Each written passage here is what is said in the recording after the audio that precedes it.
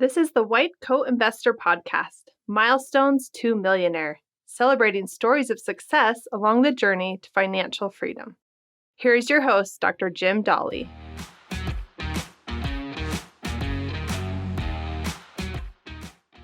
This is Milestones to Millionaire, podcast number 35, The Attorney Millionaire. Our sponsor today is DLP Capital Partners, which provides private real estate funds on both the equity and the debt side. Their funds provide solid returns and low correlation with your stocks and bonds. As evergreen funds, they're also far more liquid than most real estate funds.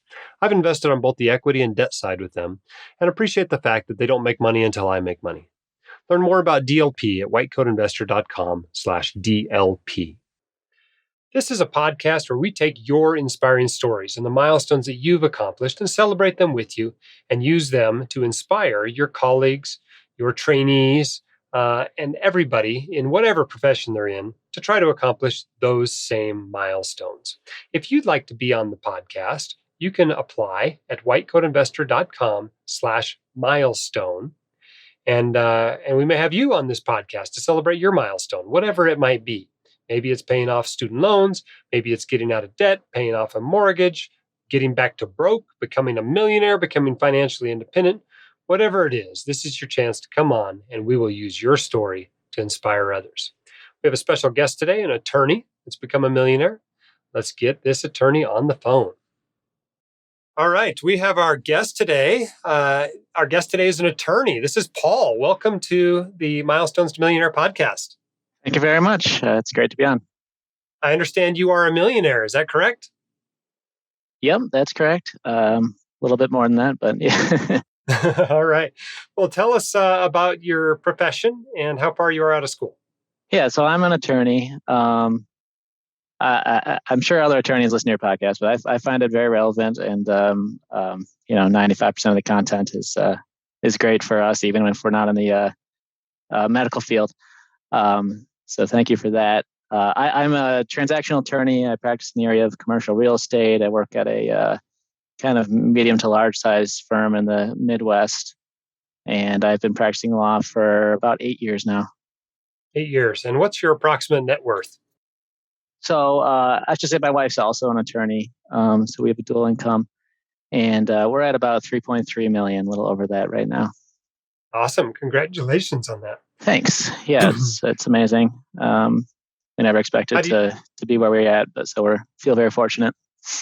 How do you divide that up? How much is home equity? How much is investments, et cetera? Yeah, so that doesn't include our home equity. We own a townhouse which is actually structured as a cooperative, which is kind of rare. It's similar to a condominium.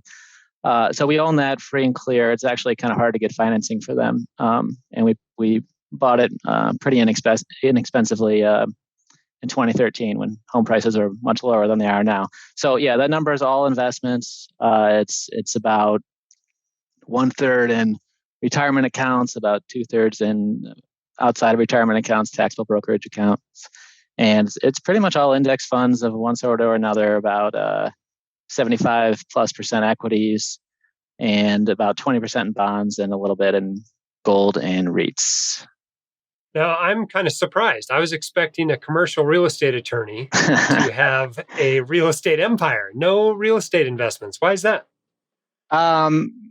That's correct. Yeah, just not that I'm opposed to it. It's just, it's my profession, but I don't have a hands-on role in real estate projects. But I think it's a great addition to one's portfolio, and not opposed to it at all. It's just not something I personally have besides our house.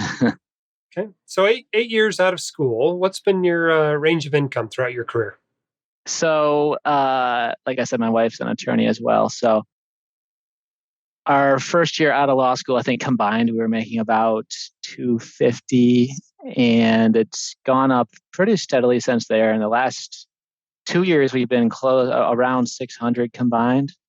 So, and I don't really see it going any much higher than that. But so we've had a healthy income, and that's been, really, really a big. That's really been kind of what's gotten us to where we are now. And at what point do you think you hit millionaire status? Was that 4 years in, 5 years in? I think it was about 4 years. Yeah, right around then. And what were your secrets to success? It's just everything you talk about on your podcast, Jim.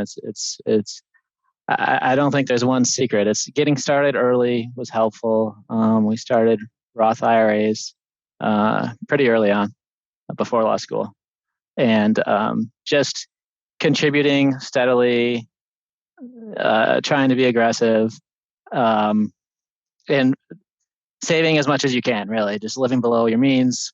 We've pretty we could spend a lot more money than we do. We're comfortable, not spending more than our peers, especially in the legal industry.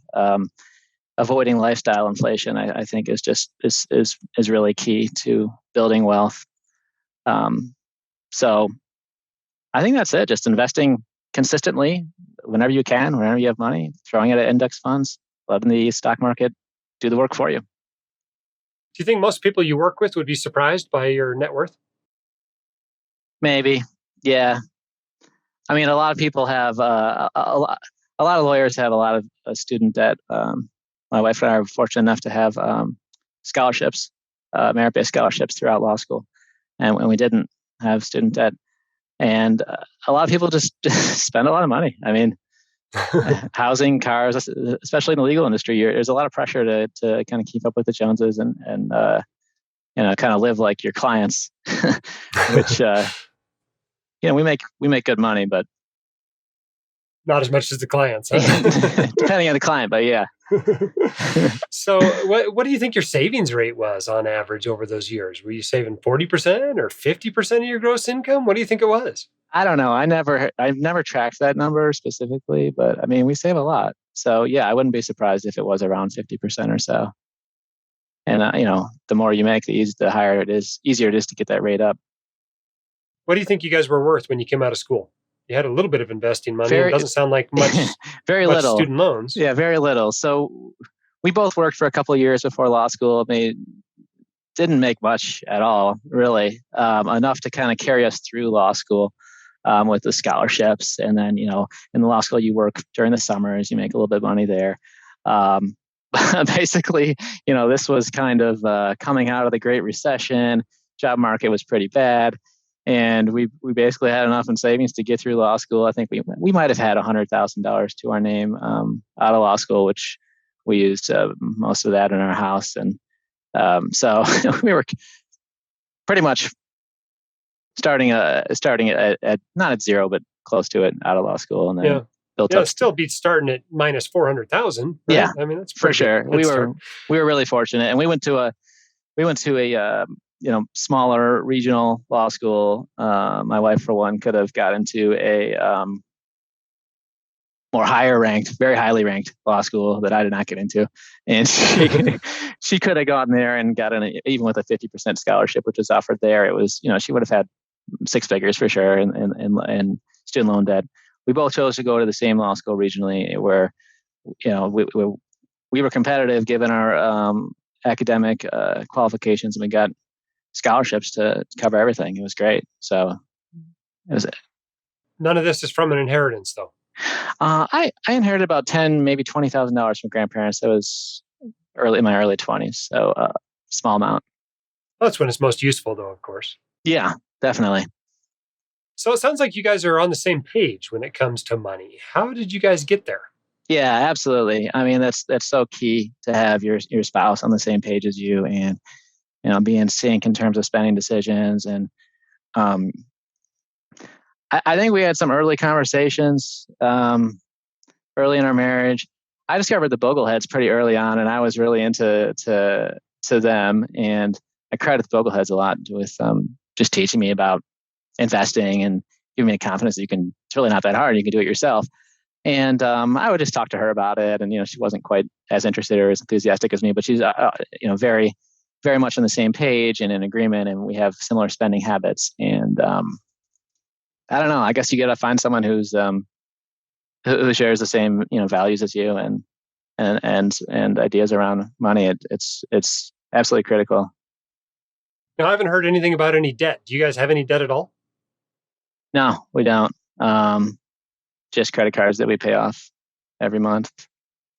Okay, so there's some people out there who are a decade behind you. They're getting ready to graduate from law school, or they just graduated from law school, and they want to get where you are. 8 years from now, they want to have $3.3 million. What advice do you have for them? I think it's everything you talk about in your podcast. Live below your, like you say, live like a resident. Well, we don't have residency, but live like a law student, I guess. Get started as soon as you can. Invest as much as you can. Be conscious of your spending, and live below your means. When you get raises, invest it. Invest in index funds. Be as aggressive as you're comfortable with, and really does add up over time. Not too long, really. Awesome. Well, it's very inspiring. Here you are, an attorney less than 10 years out of school, a multimillionaire, and you did nothing complicated, right? All you did is typical attorney track earning and, saving a whole bunch of your money and investing it in boring old index funds. I mean, that is a completely reproducible path Yeah, for any other attorney. And so it's super inspiring just to show what can be done. I mean, even if somebody is not married to another attorney, or they come out with a little bit of student loans or whatever, right? So what? So they can only get to be, uh, 2 million by right. 8 years out, right? I mean, it's just pretty awesome just to show how easy it is for anybody to do this. That has gone through the trouble and has the discipline it takes to get through law school. So I think that's pretty awesome, and congratulations to you on that. Thanks a lot. Yeah, no commercial real estate holdings needed. Yeah. Awesome. Well, thank you so much for being on the Milestones podcast. Thanks for having me. All right. Boring old boglehead investments, high savings rate, and a reasonably high earning career. That's all it takes to become wealthy. And you've already done 90% of the work by the time you get through your training. The rest is relatively easy. All you have to do is turn that high income into a high net worth. The sponsor for this podcast today was DLP Capital Partners, which provides private real estate funds on both the equity and the debt side. Their funds provide solid returns and low correlation with your stocks and bonds. As evergreen funds, they are also far more liquid than most real estate funds. I've invested with them on both the equity and the debt side and appreciate that they don't make money until I make money. Learn more about DLP at whitecoatinvestor.com/DLP. Keep your head up, shoulders back. You've got this, and we can help. We'll see you next time on the Milestones to Millionaire podcast. My dad, your host, Dr. Dolly, is a practicing emergency physician, blogger, author, and podcaster. He is not a licensed accountant, attorney, or financial advisor, so this podcast is for your entertainment and information only and should not be considered official, personalized financial advice.